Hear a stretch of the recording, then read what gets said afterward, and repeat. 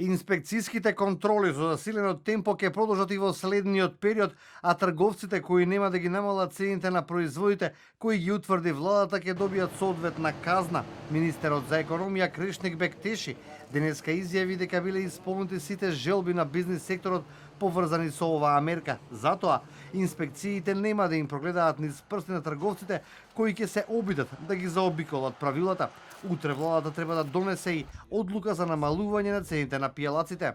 И му го ја исполнивме желбата и така ќе биде, значи во целина ќе се испочитуваат законските одредби и во делот на затварањето, но и во делот на забрана на вршење на дејност на одредени компании кои во претhodните месеци, а посебно сега во овој период би можело да работат спротивно на законските одредби.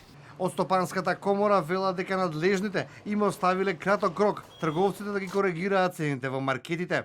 Мерката беше престрога, имаше многу кратко време во кој маркетите можеа да се престројат. Јас учествував на двата состаноци во Министерството и со големите ланци на супермаркети и со дистрибутерите. Искажана беше подготвеност да се подржи иницијативата за намалување на 10% на таа класа на производи која беше важна за Министерството.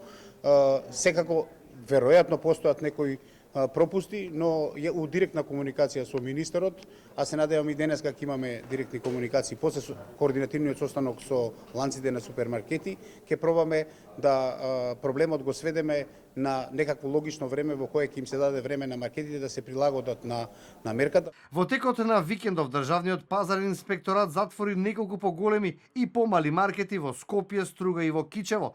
Трговците заработија вкупна парична казна од околу 70.000 евра и пломба на дуќаните.